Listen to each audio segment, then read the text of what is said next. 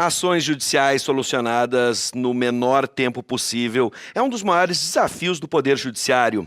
Uma das formas de acelerar a tramitação dos processos foi a substituição das peças físicas em papel por processos eletrônicos. Com a digitação ou a digitalização, a burocracia diminuiu. O cartório recebe a ação, que é cadastrada pelos próprios advogados, e em pouco tempo as partes são intimadas. O juiz encontra na tela do seu computador os processos conclusos para julgamento. Este é o assunto do quadro Direito em Pauta de hoje.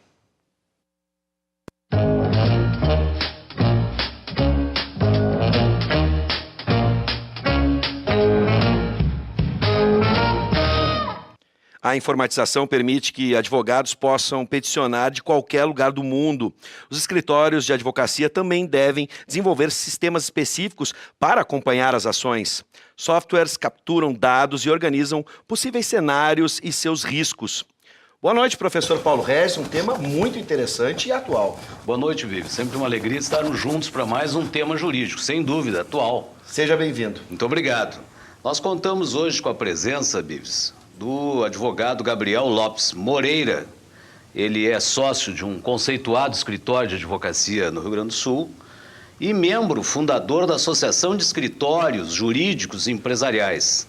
É conselheiro da Ordem dos Advogados do Rio Grande do Sul, da seccional do nosso estado, coordenador do Tribunal de Ética e Disciplina da nossa Ordem dos Advogados e diretor jurídico do Esporte Clube Internacional. Sei que tu tens algumas restrições, mas eu não tenho. Algumas, poucas, pouquíssimas, professor. E especialista no tema de gestão de escritórios e departamentos jurídicos. E, como sempre, nós contamos com a presença do professor Jorge Trindade, que, entre outras disciplinas que leciona na UBRA, Psicologia Jurídica. Sejam bem-vindos. Sejam todos bem-vindos ao quadro Direito em Pauta. Professor Paulo Regis, como de praxe, a gente sempre indica uma obra jurídica, cortesia, então, da Livraria do Advogado. Perfeitamente, Bives. Qual a obra de hoje, professor? Nós vamos indicar a obra intitulada Execução em Face da Fazenda Pública e como subtítulo Dignidade e Processo, da autoria de Fabrício de Farias Carvalho. O autor é mestre em Direito pela PUC do Rio Grande do Sul e especialista em Direito Processual pela PUC de Minas Gerais. Ele é professor de Direito Processual Civil nos cursos de pós-graduação do Centro Universitário Santo Agostinho, no Nordeste. O livro aborda a execução de pagar quantia certa em face da fazenda pública sob a ótica da dignidade humana, tratada como vetor interpretativo de todo o ordenamento jurídico, em especial das normas processuais, fundamentais e principais construções doutrinárias nacionais sobre o tema. Essa é a obra que indicamos, Bibs. Você está vendo aí na tela o telefone da Livraria do Advogado. Caso haja interesse, pode entrar em contato e receber esta obra, né, para que você possa pesquisar em casa. Bom, vamos começar, doutor Gabriel, mais uma vez, seja bem-vindo. Doutor Gabriel, a tecnologia nos escritórios de advocacia passou a ser um diferencial competitivo.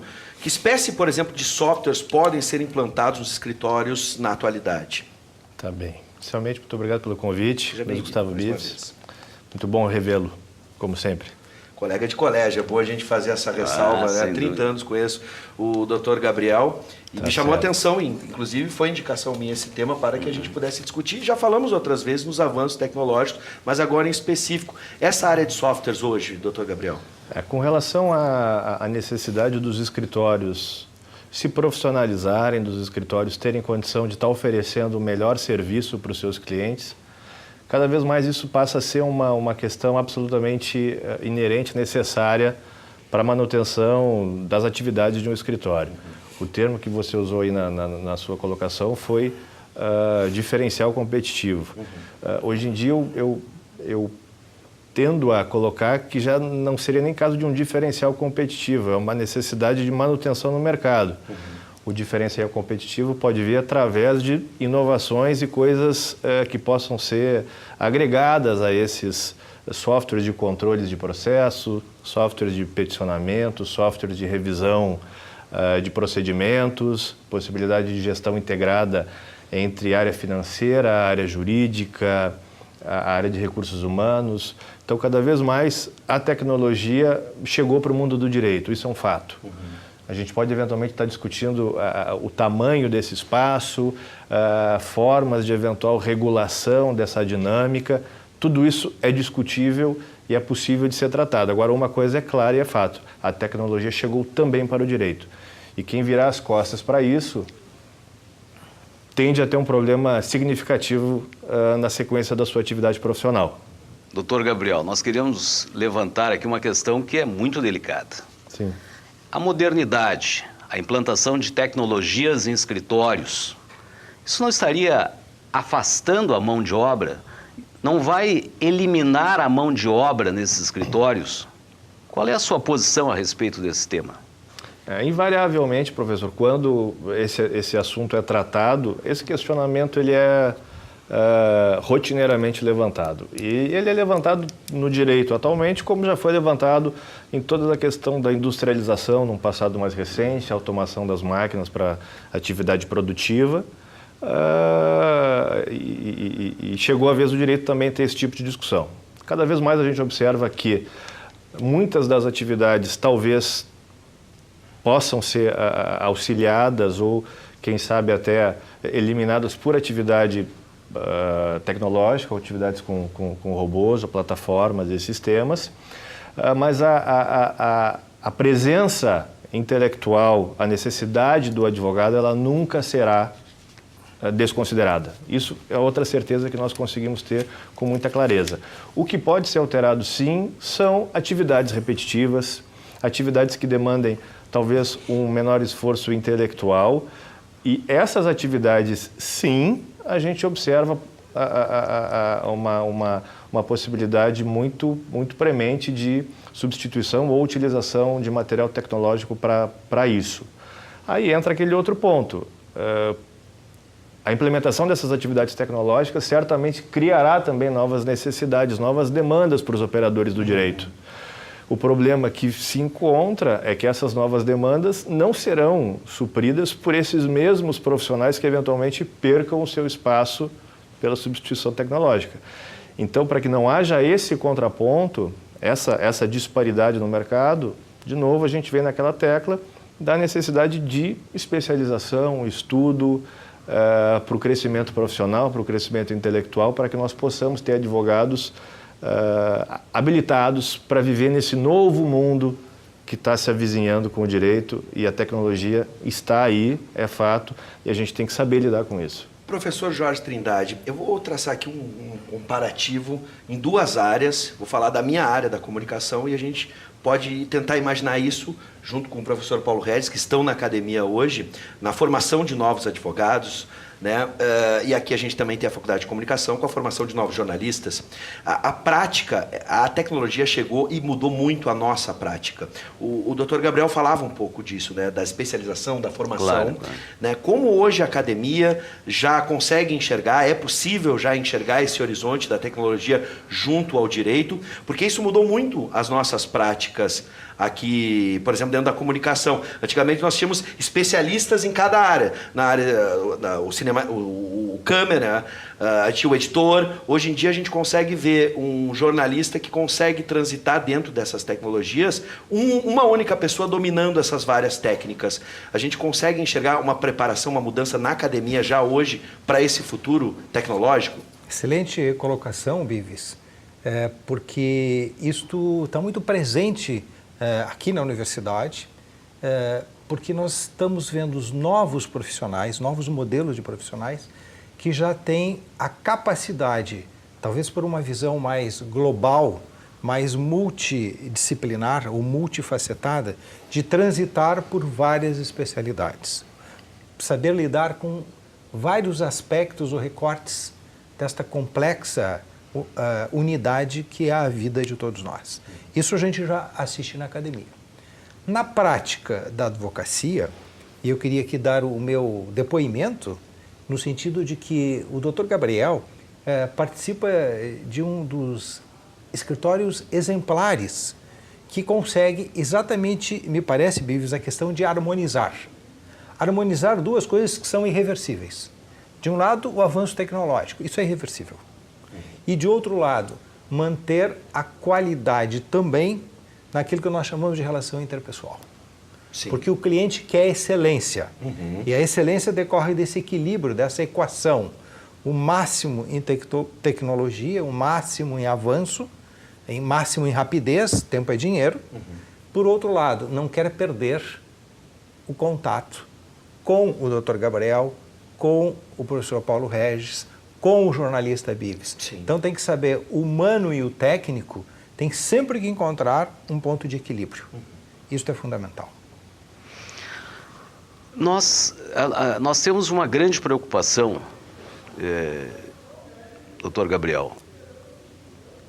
No meu tempo de acadêmico, e não faz muito tempo, vamos deixar claro.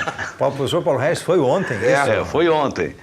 Eu comecei a trabalhar com máquina mecânica. Sim. Sim. Professor Paulo Regis, eu vou confessar em público. Diga. Eu trabalhei com papel carbono. Ninguém sabe o que é. Não, eu sei, O Dr. Gabriel não sabe o que é papel carbono. Era uma coisa preta que depois que a gente pegava a cópia aquela da folha, petição o senhor ficava fazia com papel dedos carbono. pretos, Sim. exatamente isso. E depois que errava uma palavra, Nossa. tinha que escrever tudo de novo. A maior conquista, doutor pessoas Gabriel, não que nós acreditam, tivemos, né? hein, doutor Jorge? A maior conquista que nós tivemos foi uma máquina IBM Elétrica. elétrica que tinha uma esfera. né? Sim, lembro. E quando, Essa eu lembro. e quando essa máquina veio com um corretivo, que a gente apertava, ela corrigia, foi a maior conquista. E vou confessar também em público. A primeira vez que eu tive uma máquina, usando uma máquina, que ela fazia a qualificação da parte sozinha. Deve ter um duende aí dentro trabalhando, né? Doutor Gabriel, essas tecnologias que estão hoje em acesso, qualquer profissional hoje tem acesso, aqueles que resistiam já devem ter sido eliminados, porque alguém tem que fazer isso, tem que postar a petição lá no foro, porque senão existe a entrega física da petição. Mas e o Poder Judiciário Estadual? Como é que nós enxergamos? Diz que o Poder Judiciário de São Paulo, do Estado de São Paulo, já está todo informatizado.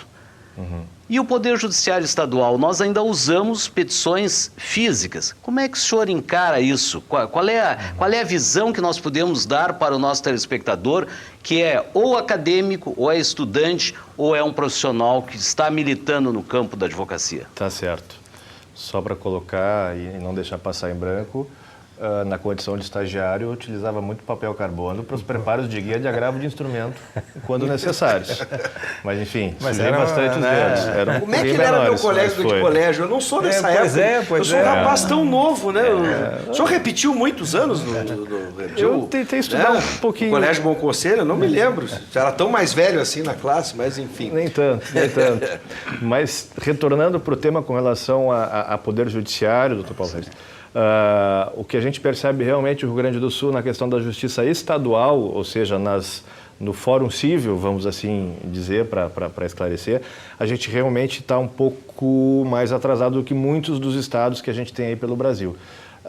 Bom esclarecer também que Justiça do Trabalho e Justiça Federal no estado do Rio Grande do Sul, a gente tem hoje a gente acompanha o padrão nacional que já vem sendo feito há algum tempo, então já é uma realidade dessas outras esferas do judiciário a questão da virtualização e do processo digital. Com relação ao processo da Justiça Comum, várias tentativas já foram feitas, alguns projetos, algumas varas nos fóruns regionais para juizado especial civil, já se iniciou algum trabalho com relação à parte ele diretamente eletrônico, mas muito incipiente. A OAB vem trabalhando também fortemente nessa tentativa de diálogo com o judiciário para acelerar um pouco esse processo, porque estamos ficando para trás. Então, nesse ponto, existe um novo cronograma que foi feito pelo TJ para a implementação que é o mesmo sistema da Justiça Federal, no prazo até o final de 2019, nenhum processo novo poderá ser ajuizado em meio físico, em papel. Então, a gente tem até o final do ano essa inserção do Judiciário Gaúcho também nessa filosofia digital, virtual, e que vai fazer de novo com que a nossa advocacia, os nossos profissionais, os nossos estudantes, os nossos acadêmicos também tenham essa necessidade de atuação neste meio digital do nosso processo. O que fez, inclusive, o senhor relatou anteriormente, o mundo digital talvez tenha apressado também a aposentadoria de alguns colegas que rejeitaram a ideia, que não se adaptaram à ideia. A gente tem uma dificuldade muito grande no interior do estado, em comarcas mais e muitas vezes profissionais brilhantes. Muitas vezes. Brilhantes. Muitas vezes. Sem dúvida. Isso é uma situação que a gente visualizou muito fortemente pela própria ordem no passar. Acelerou o processo da saída. Acelerou esse processo. Né?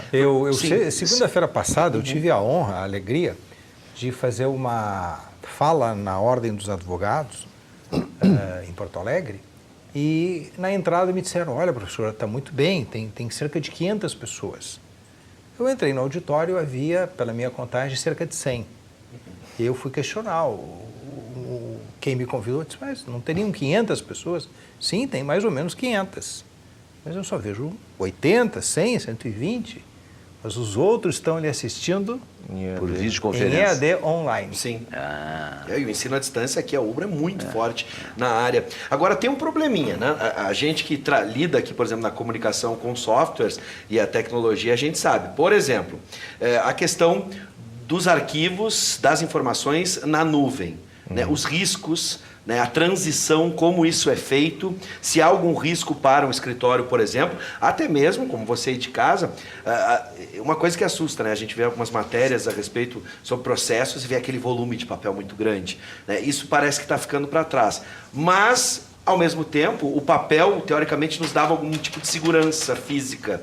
Na internet, a gente, no caso da nuvem, não é tangível, não é palpável, e tem o risco de ataques cibernéticos, por exemplo. Existe esse risco hoje, a gente vê em outras áreas, por exemplo, na área financeira, os ataques cibernéticos. Enfim, isso é possível, isso pode ter algum problema. Até mesmo o simples vírus dentro do escritório, dentro do equipamento, isso pode causar algum risco. Já há tecnologia, já se pensa sobre isso. Assim, quando lança o vírus, tem o antivírus. Geralmente quem faz o antivírus já fez o vírus, enfim. Né? É um outro tema. Tema para um outro debate. Bom, eu vou poder falar em razão da nossa experiência, o que a gente vem fazendo com relação a isso. No momento em que se debate a utilização da tecnologia... Só desculpe interromper, pode relatar, Guilherme? Guilherme trouxe um caso... Concreto. Em 2011, uma chuva forte inundou o Tribunal de Justiça e tirou o sistema do ar. Isso é um risco também. Foi um temporal que aconteceu, o Tribunal de Justiça ali da Borges de Medeiros tinha toda a sua parte de TI no subsolo. Sim. E em função disso houve um prejuízo muito grande, por óbvio os prazos processuais todos foram suspensos naquele período, até que tudo fosse retomado. O tribunal fez uma série de providências internas, tanto fisicamente quanto para a questão de armazenamento dos seus dados. Imagino que hoje a situação possa estar um pouco menos complicada. Sim. Com relação aos escritórios, o que eu posso falar um pouco de como nós estamos trabalhando, nós lidamos com assuntos efetivamente muito delicados dos nossos clientes. Temos todos os arquivos devidamente habilitados em servidores próprios. Nós temos as duplicações de informações, temos os arquivos, gastamos uma enormidade para sistemas de segurança, contra malwares, contra todas essas questões de possíveis hackeamentos que possam acontecer. Todo profissional da advocacia que lida com o mundo virtual vai ter que se assessorar com um profissional de TI para que possa lhe auxiliar em como ajustar a sua rede, em como ajustar a sua proteção de dados, porque a gente está lidando com uma situação absolutamente importante. São informações dos nossos clientes, informações que muitas vezes são privadas, muitas vezes são guardadas em segredo de justiça, como se coloca, então a gente não pode ter isso sob o risco de vazamento, de inserção de hackeamento, qualquer coisa assim. Nós tomamos as medidas necessárias, se investe muito nisso para que isso possa ser bem feito. Os sistemas do judiciário igualmente também tem essa questão super bem detalhada, bem trabalhada, tanto que a gente não tem notícias muito frequentes de situações de queda de sistema e de servidores dos tribunais, porque isso é uma preocupação que vem desde de CNJ né? Vem toda uma estruturação de como fazer, quais as obrigatoriedades de cada uma das áreas, enfim, a necessidade de especialização. A minha ideia é de que a confiança sempre vai ser um valor fundamental. Vai ser a confiança fundamental nos sistemas de tecnologia, ou seja, eu me colocando aqui como cliente, eu acho que o nosso telespectador se colocando como cliente, ele quer absoluta confiança e segurança nos sistemas informatizados, e ele quer confiança absoluta nos sistemas interpessoalizados. Doutor Gabriel, vamos montar um quadro aqui para o nosso telespectador entender melhor o que nós estamos falando. Eu sou um advogado, tenho meu escritório, não tenho nada informatizado ou tenho o mínimo necessário para postular em juízo, para falar, mas eu não tenho um sistema onde eu tenha a possibilidade online da minha casa estar trabalhando, ter um prontuário, como se fosse na área, no discurso médico, do meu paciente, o que está acontecendo. Como que o mercado, como é que esse advogado iniciante ou que queira otimizar, que queira realmente melhorar, migrar para um sistema confiável, o que ele tem que fazer? Como é que ele vai se assessorar? Sem mencionar aqui marcas, qual é o procedimento que ele deve adotar? A primeira coisa que ele deve fazer é se despir de qualquer preconceito e visualizar que realmente o auxílio é bem-vindo, é útil e faz com que ele tenha uma entrega melhor do seu trabalho. Esse é o primeiro ponto que é importante que o colega entenda e possa ter esse desprendimento. Hoje o mercado é absolutamente capilarizado nesse sentido. Nós temos centenas, eu diria, de softwares para auxílio de advogados e de escritórios. Vai do software para o advogado individual, para pequenos escritórios, para grandes corporações. Isso a gente consegue visualizar de uma forma muito tranquila no mercado. A própria OAB pode ser procurada, eventualmente, para auxiliar e sugerir, como instituição representante da classe, para sugerir, eventualmente, por onde buscar, com quem conversar. Nós também recebemos seguidamente a visita e os contatos de escritórios, tanto de Porto Alegre quanto do interior, para discutir esse tipo de assunto, para visualizar o que pode ser melhor para um colega ou para outro. As pessoas, às vezes, ficam um tanto receosas em fazer contato conosco para discutir esse assunto, porque acham que estão tomando o nosso tempo, ou estão tirando informações que nós não gostaríamos de estar tratando. E muito pelo contrário. O nosso objetivo é tentar, de uma vez por todas, fazer com que o mercado da advocacia se profissionalize, que o mercado cresça, que o mercado possa entregar melhores condições e melhores resultados do seu trabalho. Isso faz com que todos cresçamos. O mercado cresce com relação a isso. Então, a troca, ela é fundamental, ela é importante. E nós temos que estar sempre dispostos a isso. Uma última questão antes da gente fechar. O senhor acredita, doutor Gabriel, que esse processo que está... E a gente sabe que a tecnologia, o processo é acelerar, não é em PA, em PG mesmo.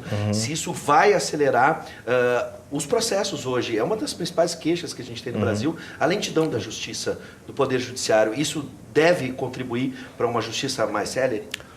A gente pode fazer essa análise justamente nos casos onde se pode observar os tribunais ou os judiciários já virtualizados ou digitalizados. Sim. Dentro do nosso escopo, dentro do escritório, com as ferramentas que a gente utiliza, nós podemos fazer a mensuração dos tempos médios de vida dos processos em cada um dos estados, para cada um dos nossos clientes. E o que a gente tem observado, especialmente não quero fazer propaganda de tribunais outros, mas vou dar o exemplo, sim, do Paraná, que é um exemplo super bem sucedido na esfera civil, com relação à tramitação dos seus processos digitais, que consegue, com um prazo encurtado com relação ao que nós temos hoje no Rio Grande do Sul, por exemplo, ter uma entrega, a entrega jurisdicional, vamos dizer assim, a entrega do judiciário para aquele processo, ela é muito mais célere do que acontece no Rio Grande do Sul, por exemplo. Perfeito. Em números quantitativos, fatos, dados, agiliza. É fato. Bom, isso traz esperança, né, para o povo brasileiro, na medida que é uma das principais queixas que a gente tem hoje, a lentidão no Poder Judiciário. Mas justiça tardia Exatamente. é justiça manifesta. Professores, Mais sempre um rápido e prazer. melhor. É isso que ele disse, quantitativo e qualitativo também. Professor Jorge Trindade, professor Paulo Regis, a gente vai se encontrar em breve, mas aqui fica um especial abraço ao Dr. Gabriel, que nos atendeu por esse convite. Sem dúvida. Seja sem sempre bem-vindo, Dr. Gabriel. Muito obrigado, Ives. Sempre à disposição aos convites. Uma alegria estar presente. Muito obrigado. Dr. Obrigado. Gabriel, professor Trindade, professor Paulo Regis, Direito em Pauta, volta em breve. Até a próxima. Até o próximo encontro. Tá bem.